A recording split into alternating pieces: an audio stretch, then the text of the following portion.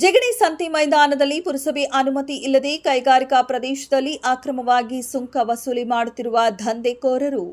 ಹೌದು, ಆನೇಕಲ್ ತಾಲೂಕಿನ ಜಿಗಣಿ ಪುರಸಭೆ ವ್ಯಾಪ್ತಿಯಲ್ಲಿ ಭಾನುವಾರ ಹಾಗೂ ಬುಧವಾರ ಪ್ರತಿ ವಾರ ಸಂತೆ ನಡೆಯುತ್ತಿದೆ. ಅದಕ್ಕೆ ಜಿಗಣಿ ಪುರಸಭೆಯಲ್ಲಿ ಎಪಿಎಂಸಿ ವತಿಯಿಂದ ನಿರ್ಮಾಣ ಮಾಡಿರುವ ಮೇಲ್ಛಾವಣಿ ಇರುವ ಅಂಗಡಿ ಮಳಿಗೆಗಳಲ್ಲಿ 10x10 ಅಂಗಡಿಗಳಿಗೆ 200 ರೂಪಾಯಿ, 8x8 ಇರುವ ಅಂಗಡಿಗಳಿಗೆ 150 ರೂಪಾಯಿ, 6x6 ಇರುವ ಅಂಗಡಿಗಳಿಗೆ 100 ರೂಪಾಯಿ, ರಸ್ತೆ ಬದಿಯಲ್ಲಿ ಇಡುವ ಅಂಗಡಿಗೆ 75 ರಿಂದ 50 ರೂಪಾಯಿ ವಸೂಲಿ ಮಾಡಬೇಕು ಎಂದು ಪುರಸಭೆಯ ಷರತ್ತುಬದ್ಧ ನಿಯಮ ಇದೆ. ಕಳೆದ ಬಾರಿ 1,25 ಲಕ್ಷಕ್ಕೆ ಹರಾಜು ಹಾಕಿದ್ರೆ ಈ ಬಾರಿ ಕೆಐಎಡಿಬಿ ಜಾಗದಲ್ಲಿ ಸುಂಕ ಎತ್ತುವ ಹಾಗೆ ಇಲ್ಲ ಎಂದು ಕೇವಲ 25 ಲಕ್ಷಕ್ಕೆ ಹರಾಜು ಆಗಿದೆ. ಸರ್ಕಾರದ ಬೊಕ್ಕಸಕ್ಕೆ 1 ಕೋಟಿ ನಷ್ಟವಾಗಿದೆ. ಇಷ್ಟೆಲ್ಲ ಇದ್ರೂ ಇಲ್ಲಿ ಮಾತ್ರ ಯಾವ ಕಾನೂನು ಪಾಲನೆ ಇಲ್ಲದೆ ಪುರಸಭೆ ವ್ಯಾಪ್ತಿಯಲ್ಲಿ ಹಾಗೂ ಕೈಗಾರಿಕಾ ಪ್ರದೇಶದಲ್ಲಿ ಇರುವ ಎಲ್ಲ ಅಂಗಡಿಗಳಿಗೆ 700, 800, 1000 ರೂಪಾಯಿಗಳನ್ನು ದಂಧೆಕೋರರು ವಸೂಲಿ ಮಾಡುತ್ತಿರುವುದು ಬೆಳಕಿಗೆ ಬಂದಿದೆ.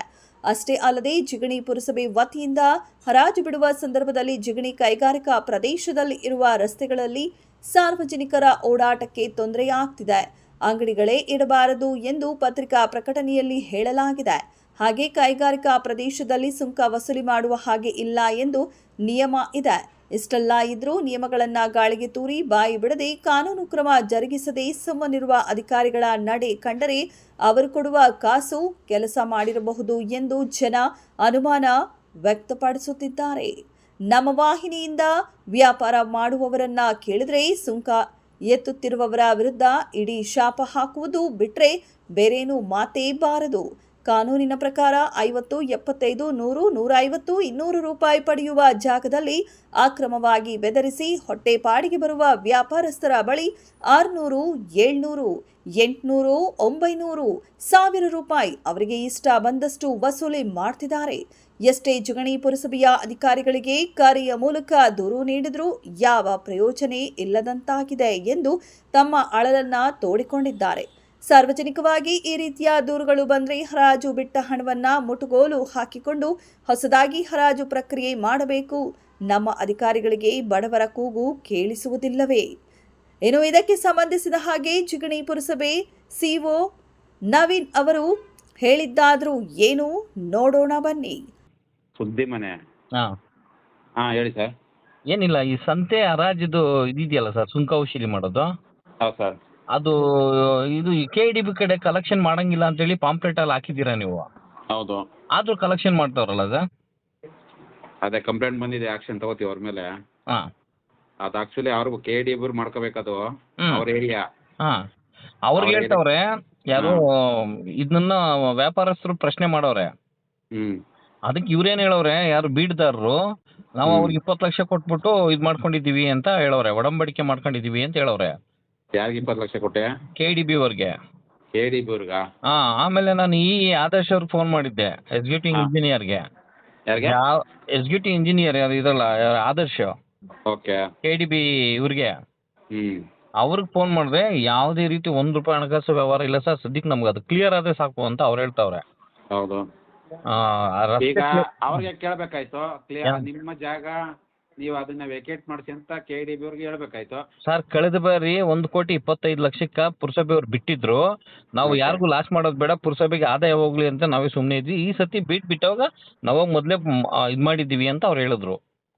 ಸರ್ ಹೌದು, ಆ ಜಾಗಕ್ಕೆ ಯಾವುದೇ ರೀತಿ ಕ್ರಮ ಜರುಗಿಸುವ ಅಧಿಕಾರ KIDBಗೆ ಹೊರತು ನಮಗಿಲ್ಲ. KIDB ಏರಿಯಾದಲ್ಲಿ ಏನೇ ಒತ್ತುವರಿ ಆಗ್ಬೋದು, ಪ್ರತಿಯೊಂದು ಲೈಸೆನ್ಸ್ ಆಗ್ಬೋದು, ಇದೇ ಆಗ್ಬೋದು, KIDB ಈಗ ಯಾರು ಇದ್ದಾರೆ ಈಗ ಹೇಳಿದ್ರಲ್ಲ ಆದರ್ಶ ಎಕ್ಸಿಕ್ಯೂಟಿವ್ ಇಂಜಿನಿಯರು, ಅವರೇ ಮಾಡಬೇಕು. ನನಗೂ ಕಂಪ್ಲೇಂಟ್ ಬಂದಿದೆ, ನಾನು ಫಾರ್ವರ್ಡ್ ಮಾಡ್ತೀನಿ, ಅವ್ರ ಮೇಲೆ ಕ್ರಮ ಜರುಗಿಸಿ ಅಂತ ನಾನು ಅವ್ರ ಹತ್ರ ಮಾತಾಡ್ತೀನಿ ಸರ್. ಮಾತಾಡಿ ಸರ್ ದಯವಿಟ್ಟು. ಯಾಕೆ ಗೊತ್ತಾ, ನೋಡಿ ಸರ್, ನೀವು ಪುರಸಭೆಗೆ ಹಣ ಬರಲಿ ಸರ್, ಯಾರು ನಲ್ಲಿ ಹಾಕ್ಬೋದು, ಇಲ್ಲ ಬಾತ್ರೂಮ್ ಕಟ್ಸ್ಬೋದು. ಓಕೆ. ಹೌದೌದು ಅಲ್ವಾ? ವ್ಯಾಪಾರಸ್ಥರು ಕೊಡ್ದಿರ ಸುಮ್ಮನೆ ಇದೆ, ಪಾಪ ಯಾರೋ ಬಡವ ಬದುಕು ಅಂತಾನೆ. ಹೌದು. ಅದು ಬಿಟ್ಟು ಯಾರೋ ಥರ್ಡ್ ಪರ್ಸನ್, ಯಾರು ಸರ್ಕಾರಕ್ಕೂ ಮಣ್ಣೆಸ್ಕೊಂಡು ಈ ಕಡೆ ಅಧಿಕಾರಿಗಳಿಗೂ ಸರ್ ಅನುಮಾನ ಬರೋ ಸಾಧ್ಯ ಇರ್ತಾನೆ ಸರ್ ನಿಮ್ಮ ಮೇಲೆ. ಹೌದೌದು ಸರ್. ಅಲ್ವಾ? ಹೌದು. ಅದರಿಂದ ನಾನು ಹೇಳೋದು, ಥರ್ಡ್ ಪಾರ್ಟಿ ತಿನ್ನೋದು ಬೇಡ. ಇಲ್ಲ ಸರ್ಕಾರಕ್ಕೆ ಬರಲಿ, ಇಲ್ಲ ಅವ್ರಿಗೆ ಉಳಿಲಿ, ಇಲ್ಲ ಅದನ್ನ ಖಾಲಿ ಮಾಡಿಸಿ ಪರವಾಗಿಲ್ಲ, ನಮ್ಗೇನು ಬೇಸರ ಇಲ್ಲ. ಓಕೆ. ಅದರಿಂದ ಅಷ್ಟೇ. ಇದು ನಿಮ್ಮ ಕೈಯಲ್ಲಿ ಐತೆ. ಮಾತಾಡ್ತೀನಿ ಸರ್. ಹಾಗೆ ಕರ್ನಾಟಕ ಕೈಗಾರಿಕಾ ಇಲಾಖೆಯ ಕಾರ್ಯನಿರ್ವಹಣಾ ಇಂಜಿನಿಯರ್ ಆದರ್ಶ್ ಹೇಳಿದ್ದೇನು ಕೇಳೋಣ ಬನ್ನಿ. ಹಲೋ ನಮಸ್ತೆ, ಹೇಳಿ. ಸರ್, ಗಣೇಶ್ ಅಂತ ಸುದ್ದಿ ಮನೆ ನ್ಯೂಸ್ ರಿಪೋರ್ಟರ್ ಮಾತಾಡ್ತೀನಿ. ಈ ಹ್ಮ್. ಜಿಗಣಿಗೆ ಸಂಬಂಧಪಟ್ಟಂಗೆ ಈ ಸಂತೆದು 20 ಲಕ್ಷಕ್ಕೇನೋ KDBಗೆ ಕೊಟ್ಬಿಟ್ಟು ಅವರು ಸುಂಕ ವಸೂಲಿ ಮಾಡ್ತಾರಂತೆ, ಹೌದಾ ಸರ್? ನಮ್ಗ ಹಾ ಸಂತೆನಾ? ಹಾ ಯಾವ್ದು ಆನೇಕಲ್ ಮೇನ್ ರೋಡ್ ಅಲ್ಲಿ ಇದೆಯಲ್ಲ ಅದ? ಹೌದು ಹೌದು ಹೌದು ಹೌದು. ನಿಮ್ಮ ಜಾಗದಲ್ಲಿ ಇಟ್ಕೊಂಡಿರೋದು ಅವರು. ನಮ್ಗೆ 20 ಲಕ್ಷ ಕೊಟ್ಟಿದಾರಂತ. ಅಲ್ಲಿ ಅಂಗಡಿಗಳವ್ರ ಹತ್ರ ಅವ್ರು ಹೇಳ್ತಾ ಇರೋದು, ನಾವು KDBಗೆ 20 ಲಕ್ಷ ಕೊಟ್ಬಿಟ್ಟು ನಾವು ಇಲ್ಲೆಲ್ಲ ಕಲೆಕ್ಷನ್ ಮಾಡಕ್ ಇದು ಮಾಡ್ಕೊಂಡಿದೀವಿ ಅಂತ. ಯಾಕೆ ಸರ್, ಆಶ್ಚರ್ಯ ಆಯ್ತಾ? ಅಲ್ಲ ನನ್ ನಿಜವಾಗ್ಲೂ ನಾನು 1 year ಇಂದ ನೋಡ್ತಿರೋದು. ನಾನು ಆ ಏರಿಯಾ ಮೊದ್ಲು ನೋಡ್ತಿರ್ಲಿಲ್ಲ. ಹಾ ನಂಗೆ ಅದ್ ನನ್ಗೆ ಮಾಹಿತಿ ಇಲ್ಲ. ನಾನು ಸುಮಾರು ಸರಿ ಬಂದಾಗ ತೆಗಿಸ್ಬೇಕು ಅಂತಾನೆ ಹೇಳ್ಬಿಟ್ಟು ಹೋಗಿದ್ದೀನಿ ಅಲ್ಲ ನಮ್ಮ ಇಂಜಿನಿಯರ್ಸ್ಗೆ. ಹಾ. ಸುಮ್ನೆ ಅದು ನ್ಯೂಸೆನ್ಸ್ ಕ್ರಿಯೇಟ್ ಆಗುತ್ತೆ, ತೆಗೀರಿ ಅದನ್ನ ಅಂತ. ಹಾ ನಮ್ದು ಸರ್ವಿಸ್ ರೋಡು ಮಾತ್ರ, ಹಾ. ಮೇನ್ ರೋಡು ಮಾಮೂಲು PWD ರೋಡ್ ಅನ್ಕೋತೀನಿ ಅದನ್ನ, ಹೌದೌದು, PWD ಹೌದು. ಅಲ್ವಾ? KRDC ಅದು. KRDCL ಹೌದು ಹೌದು. APC ಸರ್ಕಲ್ ಇಂದ ರೈಟ್ ಹೋದ PWD, ಲೆಫ್ಟ್ ಹೋದ PWD, Anekal road KRDC ಅಲ್ದು. KRDCL ಹೌದು. ಓಕೆ. ನಾವು ಸರ್ ಕನ್ಫರ್ಮ್ ಮಾಡ್ಕೊಂಡು ಹೇಳ ನಿಮ್ಗೆ. ಹ್ಞೂ ಸರ್. ಏನಾರು ಗೊತ್ತಿಲ್ಲ ನನಗೆ ಹಿಂದೆ ಏನ್ ಮಾಡಿದಾರೆ ಅನ್ನೋದನ್ನ, ಅದಕ್ಕೆ. ಅಲ್ಲ ಅಲ್ಲಿ ಅಂಗಡಿಗಳವರು ನನಗೆ ಕಾಲ್ ಯಾರು ಮಾಡಿ ವಸೂಲಿ ಮಾಡ್ತಿರೋರು? ಯಾರ ರಾಜಪ್ಪ ಅಂತೆ, ಬುಕ್ಸಾಗರ ರಾಜಪ್ಪ. ಅವರು ರಾಜಪ್ಪ. ಯಾರೋ ನನಗೆ 1-2-3 ಫೋನ್ ಮಾಡಿದ್ರು, ಅಣ್ಣ 1000 ರೂಪಾಯಿ ತಗೊಂತಾರಂತೆ ಒಂದ್ ಅಂಗಡಿಗೆ. ಹೌದಾ? ಒಂದ್ ಅಂಗಡಿಗೆ ಒಂದ್ ದಿವ್ಸಕ್ಕೆ 1000 ರೂಪಾಯಿ ಆದ್ರೆ ಸರ್, ಆ ಫುಟ್ಪಾತ್ ಮೇಲೆ ಅಂಗಡಿ ಇಡೋರು 1000 ರೂಪಾಯಿ ಲಾಭ ಮಾಡ್ರೆ ಅವ್ನು ಆರಾಮ ಮನೇಲಿ ಇರ್ಬೋದಲ್ಲ ಸರ್? ತಿಂಗ್ಳಿಗ ದಿನಕ್ಕ? ಒಂದು ದಿವ್ಸಕ್ಕೆ ಒಂದು ದಿವಸಕ್ಕೆ ಒಂದ್ ಅಂಗಡಿಗೆ 1000 ರೂಪಾಯಿ. ನಿಮ್ಗೆ ಇದು ಕಳ್ಸ್ಕೊಡ್ತೀನಿ ನಾನು, ಏನೋ ಪುರಸಭೆ ಟೆಂಡರ್ ಮಾಡ್ಬೇಕಾದ್ರೆ ಒಂದ್ ಅಂಗಡಿಗೆ ಪರ್ಟಿಕ್ಯುಲರ್ ಎಷ್ಟು ತಗೋಬೇಕು ಅನ್ನೋದನ್ನ ಅದ್ ಮೀಸಲು ಮಾಡೋರೆ. ಹೌದು, ಗೊತ್ತಾಯ್ತು. ಹೌದು, ಅವ್ರು ಮಾಡಿದ್ರೆ. ಹೌದು, APMC ಮಾರ್ಕೆಟ್ ಮಾಡೋರಲ್ಲ, ಮಾರ್ಕೆಟ್ ಮಾಡಿದ್ರೆ. ಹೌದು, APMC ಮಾರ್ಕೆಟ್ ಮಾಡಿದ್ರೆ ಮೇಲ್ಚಾವಣಿ ಇದ್ರೆ ಅದಕ್ಕೆ 200 ರೂಪಾಯಿ. ಅಂಗಡಿಗೆ ಅದು 10x10 ಏನೋ ಬರ್ತದೆ ಒಂದ್ ಅಂಗಡಿಗೆ. 6x6 ಕೊಟ್ರೆ 150 ತಗೊಂತಾರೆ. ರಸ್ತೆ ಬದಿಲಿ ಇಟ್ಕೊಳ್ಳೋರ್ಗೆಲ್ಲ 100 ರೂಪಾಯಿ, 75 ರೂಪಾಯಿ, 50 ರೂಪಾಯಿ ತಗೋಬೇಕದು ಆಕ್ಚುಲಿ. ಅದಕ್ಕೂ ದುಡ್ಡು ತಗೋತಾರ? ರಸ್ತೆ ಬದಿಲಿ ಇಡೋದ್ಕೊಂಡು ದುಡ್ಡು ತಗೊಂತಾರೆ. ಅದು ಆಕ್ಚುಲಿ ಸಂತೆ ಮೈದಾನದಲ್ಲಿ ಇಡೋದಕ್ಕೆ ಏನು ಪುರಸಭೆಗೆ ಸಂಬಂಧಪಟ್ಟಿದ್ದು. ಬಟ್ ಇದು ಪುರಸಭೆಗೆ ಸಂಬಂಧಪಟ್ಟಿದ್ದಲ್ಲ, ಇದು KDBಗೆ ಸಂಬಂಧಪಟ್ಟಿದ್ದು. ಹೌದು, ನಮ್ಮಿಂದ ಯಾವ್ದು ಆ ರೀತಿ ಕಲೆಕ್ಟ್ ಮಾಡ್ತಿಲ್ಲ. ಅವ್ರು ಹೇಳ್ತಿರೋದು ಕೊಟ್ಟಿರೋದು ಡೌಟ್, ನನ್ ಕೊಟ್ಟಿಲ್ಲ, ನನ್ಗೆ ಗೊತ್ತಿರಂಗೆ ಮಾಹಿತಿ ತಗೊಳಕ್ ಆಗಲ್ಲ ಸರ್. ಹೆಂಗ್ ಸರ್ ಮಾಡ್ಕೊಳ್ತೀನಿ ಆ ರೀತಿ ಹೆಂಗ್ ಕೊಡ್ತೀನಿ? ನಾವಂತೂ ಆತರ ಯಾರಿಗೂ ಕೊಡಲ್ಲ ಅಣ್ಣ. ನನಗೊಂದ್ 4-5 ಜನ ಕಾಲ್ ಮಾಡಿದ್ರು, ಇರಪ್ಪ ಕೇಳ್ತೀನಿ ನೋಡೋಣ ಅಂತ ಹೇಳಿ ನಿಮ್ ನಂಬರ್ ಕಲೆಕ್ಟ್ ಮಾಡ್ಕೊಂಡೆ. ಹೇಳ್ತೀನಿ, ಸ್ವಲ್ಪ ಮಾಹಿತಿ ಕೊಡಿ ಸರ್. ಆಯ್ತು. Okay sir. ಆಯ್ತು ಖಂಡಿತ ಸರ್. KG 80 ಊರಲ್ಲೆಲ್ಲ ಜಾಗ ಇದೆ ಅಂಗಡಿ ಹಾಕೊಳಕ್ಕೆ ಜಾಗ ಎಲ್ಲೋದ್ರು? ಒಂದು ಚಿಕ್ಕ ಅಂಗಡಿಗೆ ಎಷ್ಟು ತಗೊಂತಾರೆ ಗುರು? ನಿಮ್ಮಷ್ಟು ಇಷ್ಟು ಹಾಕೊಬೇಕಂದ್ರೆ ಎಷ್ಟು ತಗೊಂತಾರೆ? 1,500,000. ಭಾನುವಾರ 1,600, 1,700. ಹಾಂ,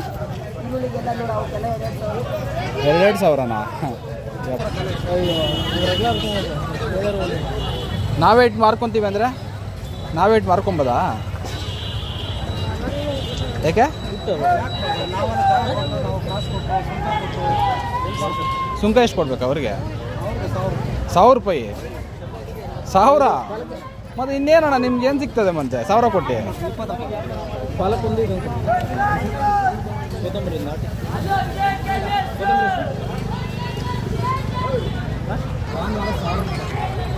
ಹಾಂ, ಅಲ್ಲ ಇಷ್ಟಕ್ಕೆ 1,000 ರೂಪಾಯಾ? ವಾರ ಚೇಂಜಾ ತಗೊಂಡ್ರೆ ಅಷ್ಟು. ಇವರು ಸಂಜೆ ಮೇಲೆ ಬರೋದಾ? ಇವರು ಸಂಜೆ ಮೇಲೆ ಸುಂಕಕ್ಕೆ ಬರೋದು? ಓಡಾಡ್ತಾ ಇರ್ತಾರೆ.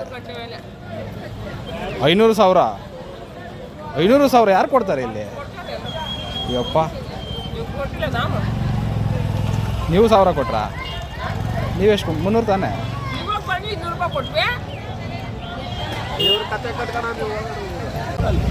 ಹಾಂ, ಯಾರು ಹೇಳಿ?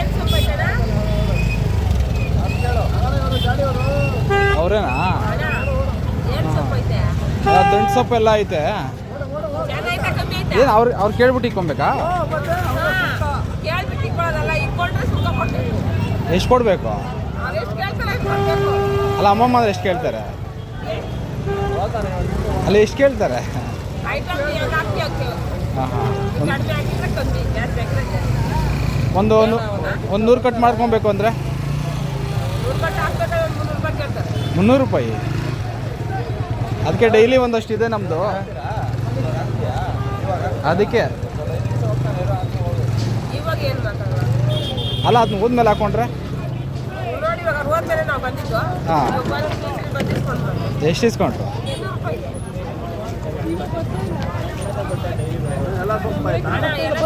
ಎಲ್ಲ ಸೊಪ್ಪು ಐತೆ ಅದಕ್ಕೆ. ಹಾಂ ದೊಡ್ಡದು ಯಾವ ಊರ್ದನ ಇಂಡ್ಲವಾಡಿ ಇದೆ.